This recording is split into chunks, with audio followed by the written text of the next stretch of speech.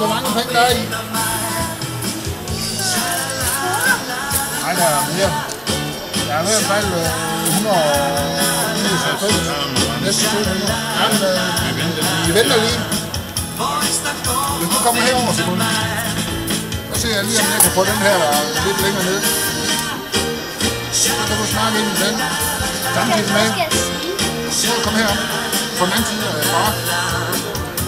Jamen, jeg skal lige have interviewet, ja.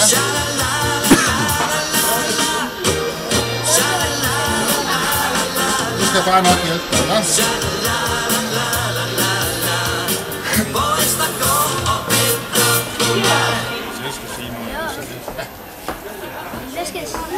Hvad du skal sige? Ja, nu skal vi i gang med det her live-interview herhenfra. Vi har nemlig lige nu og her fået et besøg af formanden for Hospice. Ja, det har vi også. Støtteforeningen Hospice Djursland, ja. Ja, og der står en lille dreng her foran mig, som faktisk har gjort et rigtig god ting. Ja, det har jeg gjort for længe, indtil 10 år. Ja. Og han står nemlig i en bod herovre ved fladerne og står og samler penge ind til Hospice. Til Støtteforeningen til Hospice Djursland, ja. Støtteforeningen til Hospice. Ja. Det er rigtig flot.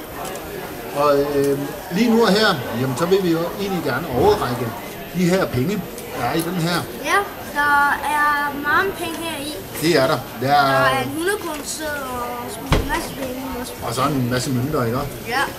Og dem vil vi gerne overrække. Eller det vil Simon. Ja, som jeg vil gerne lige nu. Det gør du. Tak skal du have. Det er meget nemmere til at få. Jamen for søren, der er jo rigtig mange penge her i. Ja, vi kan ikke få lov at beholde dem der i, for så taber jeg dem ikke. Rigtig mange tak skal du have. Det er en flot indsats, du har lavet. Ja, vi må se videre til næste musik. Ja. Inden da, så vil jeg lige høre de her penge, som Simon nu har samlet ind for anden gang. Han samlede jo nogle penge ind for 2 gange tiden. Hvad går de egentlig til? Altså, vi har jo en hel masse projekter op på Hospice, som vi støtter hele tiden. De penge her, de vil komme til at gå til en brænder.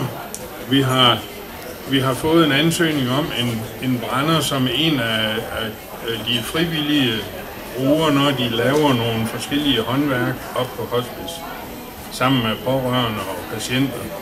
Så jeg så sent som i går har fået en ansøgning på sådan en brænder, og det går de her penge til. Og nu kan vi så lige pludselig støtte det. Det er fantastisk. Det er en god ting. Fantastisk. Og jeg er sikker på, at næste gang, at Simon han er igen med her til Antik- og Retromarkedet, så vil han igen samle penge ind til jer.